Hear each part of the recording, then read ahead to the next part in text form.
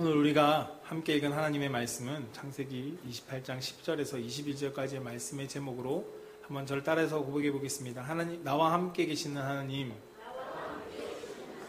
네, 나와 함께 계시는 하나님이란 말씀의 제목으로 선포되어질 때 그 하나님이 여러분들과 함께 계심을 여러분들이 느끼고 누리고 살아갈 수 있기를 주님의 이름으로 축복합니다.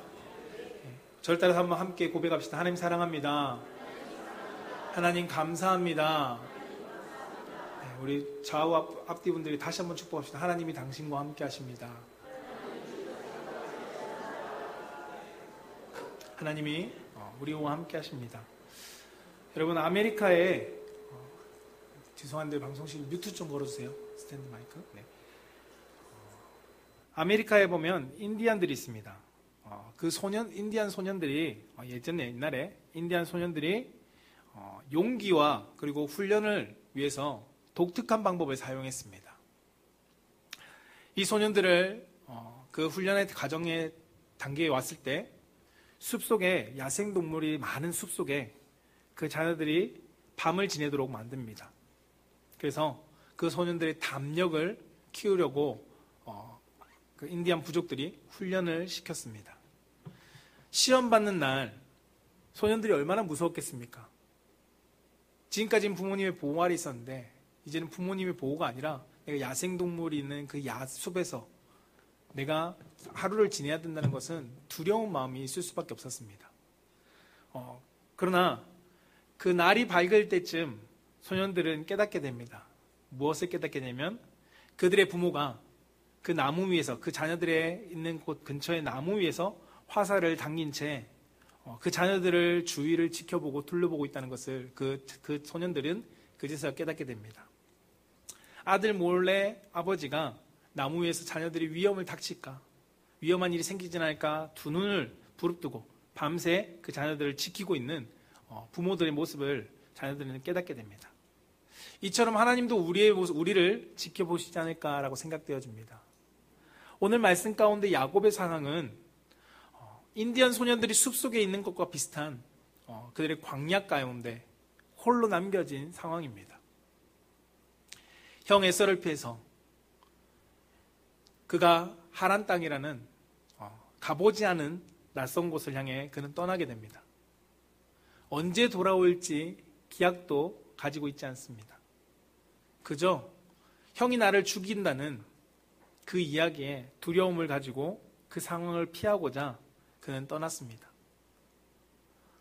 아마도 이제 부모를 만나지 못하고 아무도 없는 그 허벌판에서 혼자라고 느낄 때 찾아오는 그 두려움과 그 절망감, 아마도 이루 말할 수 없었을 것입니다. 야곱은 지금 딱 그런 상황입니다. 아무도 없는 그 광야에서 여기가 어딘지도 잘 모르겠지만 그 무너진 성터에 돌을 대고 누워있는 그의 상황은 처참하리만큼 외롭고 쓸쓸하고 아프고 정말 힘든 상황 가운데 있는 그의 모습이었습니다. 그는 자신에게 주어진 환경, 형이 에서가 자기를 죽이고자 하는 그 상황을 피하고자 떠났습니다. 그 가는 과정 속에 베델이라는 동네에 도착합니다. 여기서 잠을 청하는데 그가 환상을 보게 됩니다. 바로 하나님을 만나게 되는 것입니다. 하나님께서는 야곱에게 찾아오셔서 그 고난을 해결해 주겠다라고 말씀하시지 않았습니다. 하나님께서는 야곱에게 찾아오셔서 하시는 말씀은 너가 도망가는 상황 속에 내가 도망가지 않게 도와줄게 라고 말씀하시지 않았다는 것입니다.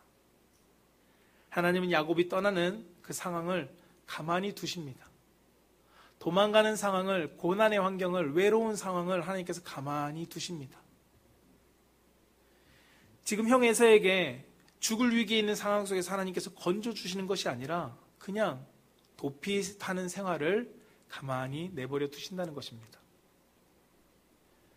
자신이 살기 위해서 선택했던 이 떠남이라는 선택을 하나님께서 바꾸지도 않으시고 그 길을 그대로 놔두십니다.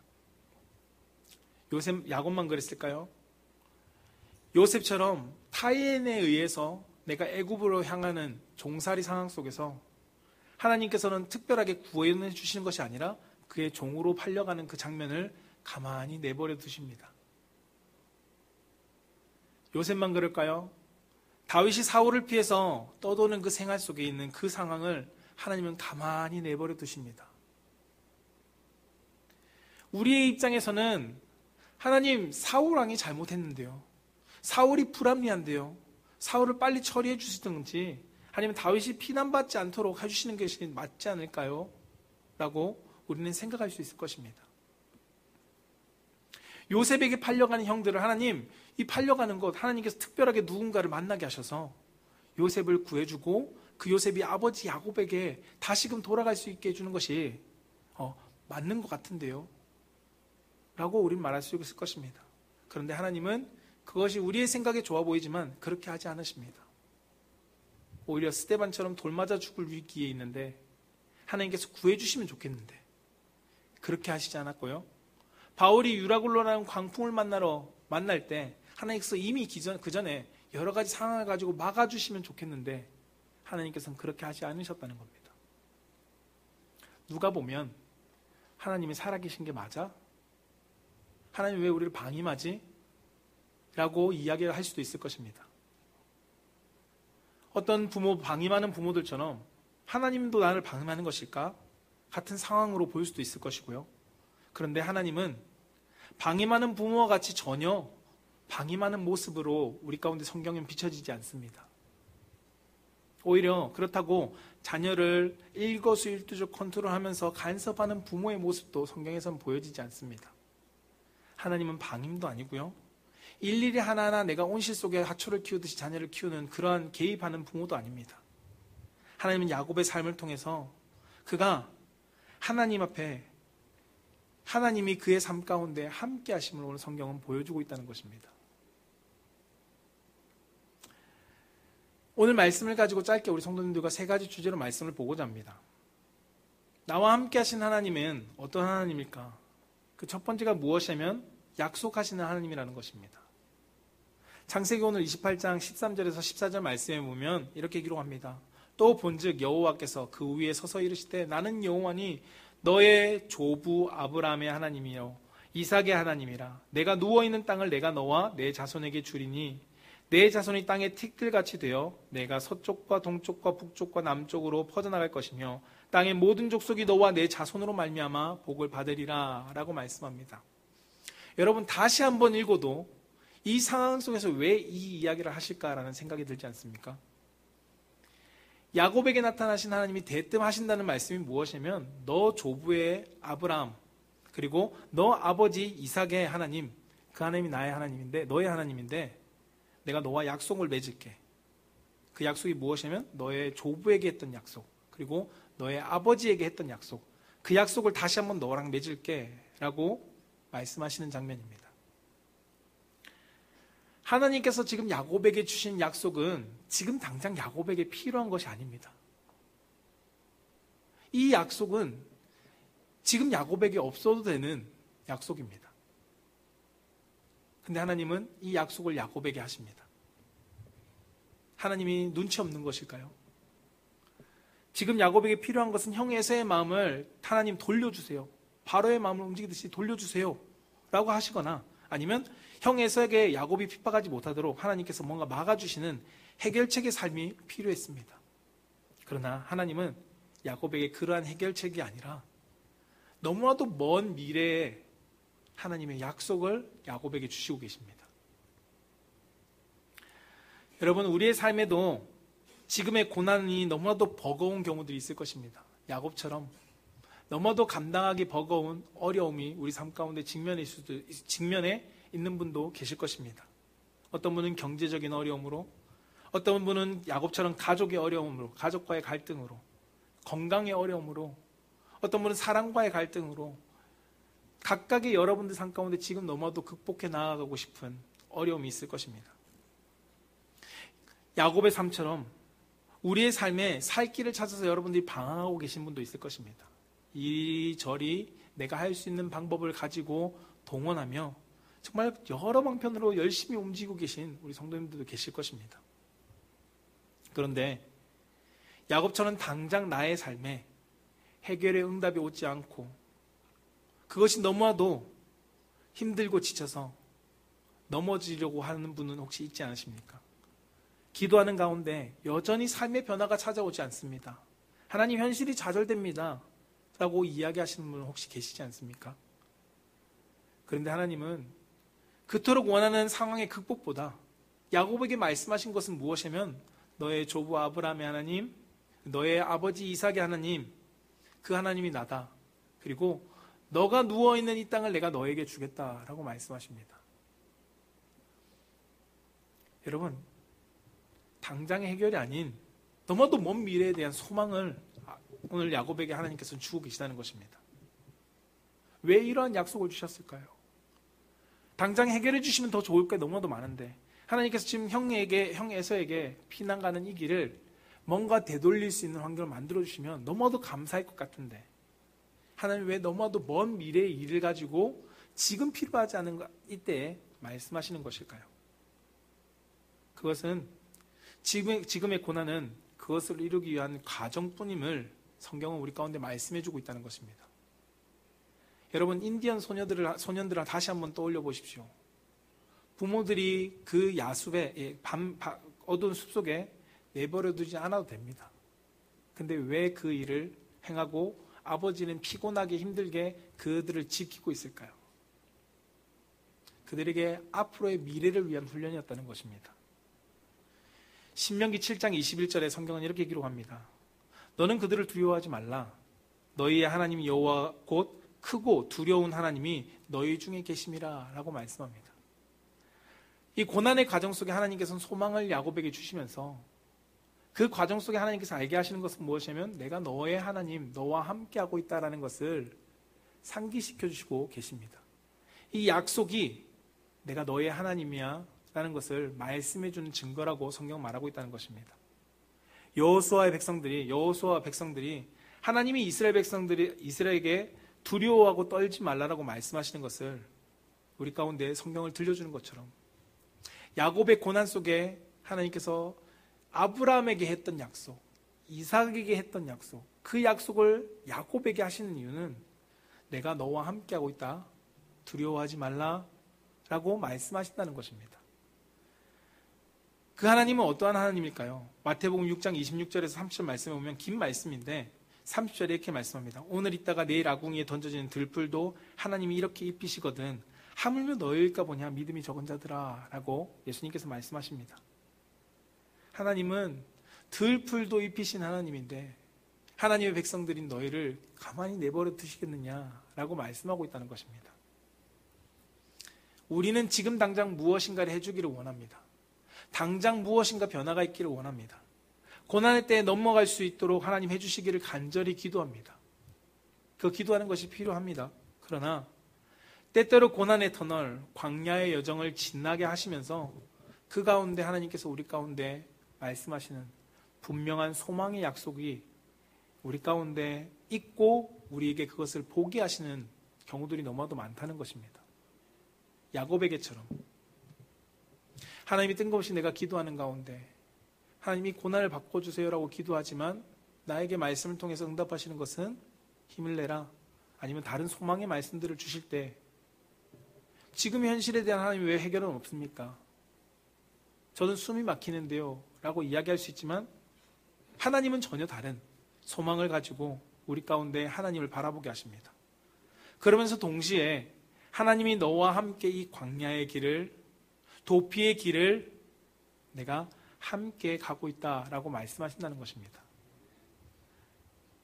하나님이 야곱을 통해서 보여주시는 것은 무엇이냐면 그것이었습니다. 내가 너와 함께하고 있다. 아브라함, 너의 조부 아브라함, 너의 아버지 이삭 그들과 함께한 것처럼 이 약속을 너에게 주는 것은 내가 너와 함께하고 있다 라고 말씀한다는 것입니다. 우리는 고난과 어려움이 찾아오면 포기하고 싶어집니다. 어쩌면 그것이 너무나도 쉬운 선택입니다. 그것만치 쉬운 건 없을 것입니다. 그러나 그때마다 하나님을 찾고 구하면 피할 길도 분명히 주시겠죠. 하나님 피할 길도 예비하신다고 말씀하셨거든요. 그러나 거의 대부분의 여러분들의 삶이나 성경의 삶을 보면 야곱과 같이 다윗과 같이 요셉과 같이 바울과 같이 약속의 말씀을 다시금 상기시켜 주시면서 그 고난의 길을 가도록 만드십니다. 그러나 그 길에 내가 함께하고 있다 라는 하나님의 약속과 소망이 우리 가운데 있다는 것입니다. 사랑하는 성도 여러분, 힘드시죠? 살아가는 게 힘드시죠? 그때 하나님께 나아가면서 하나님 피할 길 보여주세요 하지만 피할 길이 보이지 않지는 않으십니까? 그러나 여러분, 하나님은 여러분들 가운데 말씀하십니다. 무엇을 가지고요? 약속의 말씀을 가지고요. 여전히 내가 너와 함께하고 있다 라고 말씀하신다는 것입니다. 우리는 이 하나님이 주신 약속의 말씀을 믿음으로 바라보며 나아가는 성도가 되어야 할 것입니다. 저는 우리 사랑하는 성도님들이 이 약속의 말씀을 믿음으로 바라보며 나아갈 수 있기를 주님으로 축복합니다. 두 번째는 무엇이냐면 나와 함께 하신 하나님은 지키시며 보호하시고 인도하신다는 것입니다. 지키고 보호하시는 하나님이라는 것을 성경은 우리 가운데 말씀해 주고 있습니다. 창세기 28장 15절에 이렇게 기록합니다. 내가 너와 함께 있어 내가 어디로 가든지 너를 지키며 너를 이끌어 이 땅으로 돌아오게 할지라. 내가 내게 허락한 것을 다 이루기까지 너를 떠나지 아니하리라 하신지라 라고 성경 말씀합니다. 하나님은 그분의 약속대로 지키시며 보호하시는 분이심을 이행한 것을 우리는 성경을 통해서 알고 있습니다. 하나님은 야곱에게 베델에서 약속하신 이 약속들을 지키셨습니다. 우린 야곱의 역사를 통해서 우리는 그것을 발견하게 되고요. 이 땅으로 돌아오게 하실 뿐만 아니라 하나님이 야곱에게 약속하신 것을 다 이루기까지 함께 하신 것을 우린 성경을 통해서 발견합니다. 이 약속의 말씀대로 하나님은 야곱 삼촌의 라반의 집에서 야곱을 기억하사 라반의 집에 축복하십니다. 창세기 30장 3절에 보면 내가 오기 전에는 외삼촌의 소유가 적더니 번성하여 때를 이뤘으니 내 발이 이르는 곳마다 여호와께서 외삼촌에게 복을 주셨나이다. 그러나 나는 언제 내 집을 세우리까? 라고 말합니다. 내 발이 있는 곳마다 여호와께서 외삼촌에게 복을 주셨다고 이야기합니다. 야곱은 알고 있었습니다. 그의 삶 가운데 함께 하시는 하나님, 그리고 그의 삶을 지켜주시고 보호하시며 그의 삶에 축복하시는 하나님을 그는 알고 경험하고 있었습니다. 그뿐 아니라 정말 하나님이 지키신다는 것을 야곱은 경험합니다. 창세기 31장 34절에 밤에 하나님이 아람 사람 라반에게 현몽하여 이르시되 너는 삼가 야곱에게 선악간에 말하지 말라 하셨더라 라고 라반이 야곱에게 이야기해 줍니다. 하나님이 야곱을 지키고 있다는 것을 그는 경험하게 됩니다. 하나님은 야곱에게 약속하신 대로 지키시며 보호하시고 그리고 인도하시는 하나님임을 분명히 보여주셨습니다. 야곱의 하나님이 여러분 우리의 하나님입니다. 그 야곱의 하나님이 나의 하나님이십니다. 여러분 이 확실한 믿음이 있다면 그분은 여러분들에게 약속하신 이 약속의 말씀을 믿음대로 반드시 이루실 것입니다. 그런데 여러분 히브리서 11장 1절에 믿음은 바라는 것들의 실상이요 보이지 않는 것들의 증거다라는 이 말씀, 우리는 여기서 생각하는 믿음은 나의 바라는 것들, 이것을 우리의 이상으로 해석할 경우가 너무나도 많습니다. 내가 생각하고 내가 상상하고 내가 바라는 소원으로 사람들은 많이 생각합니다. 그러나 성경을 잘 보면 NIV 성경에서는 이 실상이 무엇이냐 확증이라고 이야기합니다. 무엇이 확증, 그리고 킹제임스 버전에서는 실체라는 단어를 사용합니다. 바로 이것은 내가 생각하고 상상하는 내 소원의 이상이 아니라 이것은 바로 하나님께서 약속하신 것을 실제로 이루시고 그것에 대한 확증으로서 믿음이 증거가 된다라고 말하고 있는 것입니다. 바로 그것은 무엇이냐면 하나님께서 제시하신 약속의 증거들이 무엇을 통해서 얻어진다고요? 믿음을 통해서 얻어진다고 성경은 말씀하고 있는 것입니다. 하나님께서 오늘 야곱에게 약속하신 것들, 그리고 그 믿음의 사람들에게 말씀을 통해서 약속하신 것들의 증거가 믿음을 통해서 우리 가운데 보여졌다라고 성경은 말씀하고 있는 것입니다. 그것이 믿음을 통해서 현실이 되었습니다. 믿음의 사람들을 통해서 하나님께서 약속하신 것을 이루셨음을 성경은 우리 가운데 증거합니다. 여러분, 믿음으로 나의 꿈과 이상을 이루는 것이 아닙니다. 믿음으로 하나님의 약속을 이루시는 것입니다. 오늘 야곱에게 약속하신 것이 무엇이죠? 너를 지킨다. 내가 지킨다. 너를 인도하고 내가 너를 보호한다 라고 하나님께서 약속하셨습니다. 하나님께서 그 약속하신 것을 지켜나가심을 야곱의 삶을 통해서 보여주셨습니다. 그 하나님이 여러분 나의 하나님입니다. 나와 함께 하신 하나님을 여러분들이 믿는 사람으로서 살아간다면 하나님은 우리의 삶을 반드시 지킬 것이고요, 우리의 삶을 보호하실 것이고, 우리의 삶을 인도해 나아가시면서 하나님의 은혜의 손을 우리는 경험하게 될 것입니다. 오늘 야곱은 베들레헴에서 하나님을 만나고 경험했습니다. 우리에게 하나님께서 동일하게 말씀하십니다. 야곱에게는 베들레헴이었겠지만 우리에게는 여러분들의 삶에 어떠한 예배일지 아니면 성경에 큐티하는 시간일지는 알 수 없지만 분명히 하나님은 여러분 삶 가운데 약속하십니다. 그리고 우리 가운데 찾아오십니다. 예수께서 아버지 곁에 가시면서 우리에게 영으로 보내주신 성령님께서 우리 가운데 오늘도 지금도 나에게 찾아오셔서 그 약속의 말씀을 가지고 말씀해 주십니다. 성령은 지금도 우리 가운데 말씀하신 것처럼, 야곱에게 베들레헴에서 만나주신 것처럼, 그리고 우리의 지금의 삶에 여러분들이 큐티하는 시간에 만나주시는 것처럼, 아니면 지금 이 예배의 자리에 만나주시는 것처럼, 아니면 기도의 은밀한 자리 가운데 만나주시는 것처럼 분명하게 여러분들 가운데 찾아오셔서 약속의 말씀을 가지고 이야기해 주신다는 것입니다. 그 하나님은 무엇을 말씀하실까요? 내가 너의 하나님이야. 내가 너를 지킬 것이고, 내가 너를 보호할 거고, 내가 너를 인도할 거다 라고 말씀해 주신다는 것입니다. 사랑하는 성도 여러분, 보호와 지킴, 인도가 꼭 나의 삶의 문제를 해결해 주는 것을 의미하는 것은 아닙니다. 인디안 소년들 다시 한번 떠올려 보십시오. 그들의 삶에 부모의 보호는 그들의 삶을 문제를 해결해 주는 것이 아니었습니다. 그저 멀리서 지켜주고 있었다는 것입니다. 여러분, 나의 고난의 터널의 시간, 나의 어려운 이 시간을 하나님께서 해결해 주시는 것도 하나님의 하나의 지켜주시는 방법일 수도 있겠죠. 그러나 많은 부분에서 하나님께서 우리의 삶을 지키시는 것은 고난의 터널을 그냥 두십니다. 광야의 시간을 그냥 두십니다. 원수들이 나를 공격하는 것을 그냥 내가 당하도록 가만히 두십니다. 그런데 중요한 것은 시편의 17편 8절에 이렇게 기록합니다. 나를 눈동자같이 지키시고 주의 날개 그늘 아래 감추사라고 다윗이 고백한 것처럼 하나님 나를 눈동자같이 지키시고 주의 날개 그늘 아래 감춰주신다고 성경은 말씀하고 있다는 것입니다. 다윗의 고백입니다. 다윗은 그의 삶에 확신이 있었습니다. 무슨 확신이 있었을까요? 하나님이 나를 지키시고 계셔. 하나님이 나를 보호하고 계셔. 하나님이 나를 인도하셔. 라는 것을 다윗은 경험했습니다. 경험한 그 다윗이 고백할 수 있는 것은 나를 눈동자같이 지키신다. 나를 주의 그늘 아래, 날개 아래 나를 감추신다. 고난이 없던 것이 아닙니다. 다윗 같은 고난을 많이 받는 사람이 어디 있을까요? 그 고난 속에 다윗의 고백이 이것이었습니다. 사랑하는 성도 여러분, 함께 하신 하나님이 여러분들 반드시 지킬 것입니다. 그 하나님이 여러분들 반드시 보호하실 것이고요, 반드시 여러분의 삶을 인도해 나아가실 것입니다. 그것을 믿고 나아가십시오.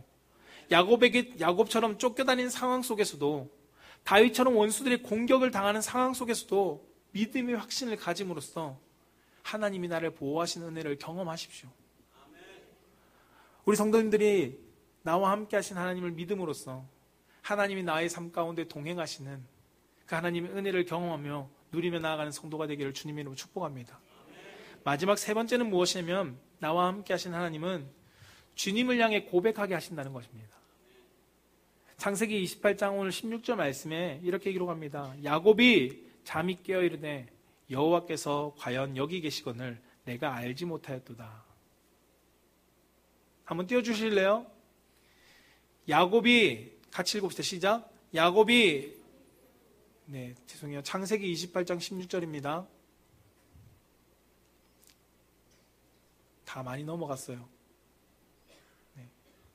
함께 읽어보겠습니다. 시작. 야곱이 잠이 깨어 이르되 여호와께서 과연 여기 계시거늘 내가 알지 못하였도다. 아멘. 이 야곱의 고백입니다. 야곱은 그가 잠에서 깼습니다. 깨고 한 고백이 하나님이 지금 여기 계셨구나. 하나님이 지금 나와 함께 계셨구나 라고 고백했다는 것입니다. 여러분, 야곱이 이 고백을 왜 했을까요? 야곱은 지금까지 할아버지 아브라함의 하나님을 듣고 자랐거든요. 야곱은 지금까지 아버지 이삭, 그가 경험한 하나님을 듣고 자랐습니다. 근데 중요한 것은 듣기만 했습니다. 그의 삶 가운데 지금까지 경험이 없었습니다. 하나님을 만난 경험, 하나님께서 나와 함께 하신다는 경험을 그의 삶 가운데 해본 적이 없습니다. 그래서 야곱은 그 하나님은 조부 아브라함과 함께 계셔. 그 하나님은 내 아버지 이삭과 함께 계셔. 라고 생각했습니다. 근데 나랑은 함께 계시는지 잘 모르겠어. 아마도 여기 나와 있는 우리 젊은 청소년들이나 아니면 주일학교 아니면 친구들이나 아니면은 가정의 평화를 위해서 배우자의 손에 의해서 이 예배 자리에 나와 계신 분도 있으실 것입니다. 왜냐하면 배우자는 그 하나님을 경험하고 너무나도 은혜가 넘쳐서 당신도 와야 돼 라고 해서 이 자리에 앉히고 내 자녀들도 너도 내가 만난 하나님이 있으니까 이 자리에 와야 돼 라고 해서 오신 분도 있을 것입니다. 그래서 예배해 드린 분도 계실 겁니다. 야곱도 그랬거든요. 야곱도 그렇게 하나님을 알았습니다. 그가 경험한 하나님이 아니라 부모님에 의해서, 조부모에 의해서 하나님을 듣고 그냥 어렴풋이 알고 있었습니다. 그러나 야곱이 이 도망의 길에서 그와 함께 하신 하나님을 경험합니다. 그 경험한 야곱은 그의 입술에서 나오는 말이 달라집니다. 그의 고백이 달라지는데 오늘 방금 16절에서 한 고백과 동일합니다. 아, 하나님이 여기 계셨구나. 지금까지는 아브라함과 함께 계셨고 이삭과 함께 계신 거라고 생각했는데 그 하나님이 지금 나와 함께 계시는구나. 나는 그것을 몰랐구나. 그의 고백 속에서 하나님은 지금 여기 내가 도망가는 이 길에 나와 함께 계시는구나 라고 그가 만난 하나님을 향하여 고백합니다. 야곱은 자신과 함께 계신 하나님을 내가 알지 못했다는 것을 이 고백 속에 담겨놓고 있습니다. 그러나 야곱은 또한 하나님께서 약속하신 자녀임을 성경은 다시금 우리 가운데 알려주고 있습니다. 요한복음 14장 18절의 말씀을 이렇게 기록합니다. 내가 너희를 고아와 같이 버려두지 아니하고 너희에게로 오리라 라고 성경은 말씀하고 있거든요. 하나님이 약속한 자녀들을 고아처럼 버려두지 않는다고 분명히 약속하신 말씀처럼 야곱이 도망가고 있는 그 상황 속에서 사람들은 다 떠나도 하나님은 그 야곱과 함께 계시다는 것입니다. 야곱은 여전히 형 에서를 피해서 도망가야 될 상황이 바뀐 것이 아닙니다. 상황은 바뀐 것이 없습니다. 그러나 그의 삶에서 나와 함께 계신 하나님을 깨달은 뒤에 그의 고백은 바뀌었습니다. 하나님이 함께 하심을 경험한 사람은 주님을 향해서 고백하게 됩니다. 야곱뿐 아니라 성경의 모든 성경의 인물들은 한결같이 하나님을 만난 사람들은 고백합니다. 그들과 함께 베풀어 주신 하나님의 은혜를 찬양하고 고백합니다. 시편 90편은 모세가 하나님 앞에 드리는 고백이고요. 욥기서 42장은 욥이 하나님을 만나고 드린 고백입니다. 그리고 시편의 많은 다윗의 고백들은 헤아릴 수 없습니다. 그리고 사도행전 7장에는 스데반이 하나님을 바라보고 그는 고백합니다. 성경에는 하나님이 함께한 사람들 그리고 하나님이 함께 하심을 경험한 이들의 고백들로 넘쳐나는 책이 성경입니다. 그들의 고백에는 좋은 환경 속에서도 감사한 고백도 있습니다. 그러나 너무나도 많은 부분에 있어서는 고난 가운데 하나님 앞에 드려진 고백이 너무나도 많습니다. 하나님에 대한 믿음의 고백들이 너무나도 많이 있음을 성경은 우리 가운데 보여줍니다. 우리가 너무나도 잘 아는 여러분 시편 23편 이 고백의 내용은 여러분 어떤 것 같습니까? 그 고백의 내용을 보면 와 너무나도 편한 삶인 것 같구나 라고 생각되어질 것입니다. 여호와는 나의 목자시니 내가 부족함이 없다라는 말씀으로 시작해서 하나님이 나를 인도하시니까 내가 부족함이 없는 평안한 삶을 누리는 사람의 고백처럼 들립니다. 그러나 이 고백이 쓰여진 배경은 어떤지 아십니까? 다윗이 노년에 자기가 정말 사랑하는 아들인 압살롬에 의해서 도망가는 상황 속에서 쓰여진 고백이 시편 23편의 고백입니다. 수치스럽고 처절하고 절망적인 상황 속에서 가슴이 찢어지는 그 아픔 속에서 하나님께 드린 고백이 시편 23편의 고백입니다. 그 고백의 내용을 보면 전혀 그런 상황 같지 않아 보입니다.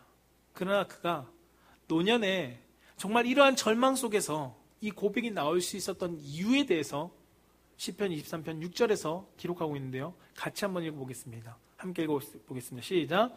내 평생의 선하심과 인자하심이 반드시 나를 따르리니 내가 여호와의 집에 영원히 살리로다. 아멘. 뭐라고요? 내 평생의 선하심과 인자하심이 반드시 나를 따르리니 내가 여호와의 집에 영원히 산다라고 고백합니다. 여러분, 다윗의 그의 삶의 평생은 하나님이 그를 선하게 인도하시는 그 경험을 한 삶이었습니다. 그러니까 이가 고백할 수 있는 것은 하나님이 내 삶 가운데 하나님의 선하심과 인자하심으로 나를 반드시 내 삶이 그 삶이 따라가 다닐 것이다 라고 그는 확신 있게 이야기합니다. 그의 평생의 삶에 하나님께서 하나님과 함께하면서 하나님이 그의 삶 가운데 함께하면서 다윗의 삶을 하나님과 동행하는 삶을 누려봤기 때문에 그는 이렇게 고백할 수 있었습니다. 사랑하는 성도 여러분, 저는 이 말씀을 준비하면서 정말 내 자신을 다시 한번 되돌아보면서 내가 참 믿음이 없구나 라는 것을 저는 회개하게 됐습니다. 정말 나와 함께 하시는 하나님을 향한 고백을 내가 드렸는가? 라는 것을 제가 떠올려 보게 되었습니다. 아니면 출애굽하는 이스라엘 백성들처럼 원망만 하고 못 해먹겠다라고 이런 얘기를 하지 않았는가? 저 스스로를 회개하면서 하나님 말씀 앞에 저를 점검해 보았습니다. 우리는 작은 어려움에도 낙심합니다. 작은 어려움 가운데 하나님 원망하고요, 불평하고요, 우리의 연약한 모습들 넘어도 스스로를 많이 발견하게 됩니다. 그런데 야곱도 고난 속에서 그가 한 고백은 주님을 만나니까 주님이 여기 나와 함께 계시는구나 라고 그는 고백했습니다. 다윗의 믿음의 고백도 보십시오. 여호와의 손이 나와 함께 하시면서 내 평생에 여호와의 집에 거하는구나 라고 그는 고백합니다. 다시금 말씀을 통해서 나와 함께 하신 하나님께 나의 고백을 드리게 되었습니다. 저는 우리 사랑하는 성도님들 또한 우리 모두가 나와 함께 하신 하나님을 향해 믿음의 고백을 드릴 수 있는 성도가 되기를 주님 이름으로 축복합니다. 다윗처럼 오늘 야곱처럼 그 주님을 만나고 나니까 나와 함께 지금 여기 계시는구나. 여러분들이 이 예배의 자리를 통해서 주님을 만나고 난 뒤에 주님이 나와 함께 여기 계셨구나. 여러분들 삶 속에서 내가 큐티하는 그 시간 속에 말씀을 읽는 그 시간 속에 지금 주님이 나와 함께 하고 계시는구나 라는 그 고백이 여러분들 삶 가운데 넘쳐나는 성도가 되기를 주님 이름으로 축복합니다. 말씀을 정리하고자 합니다.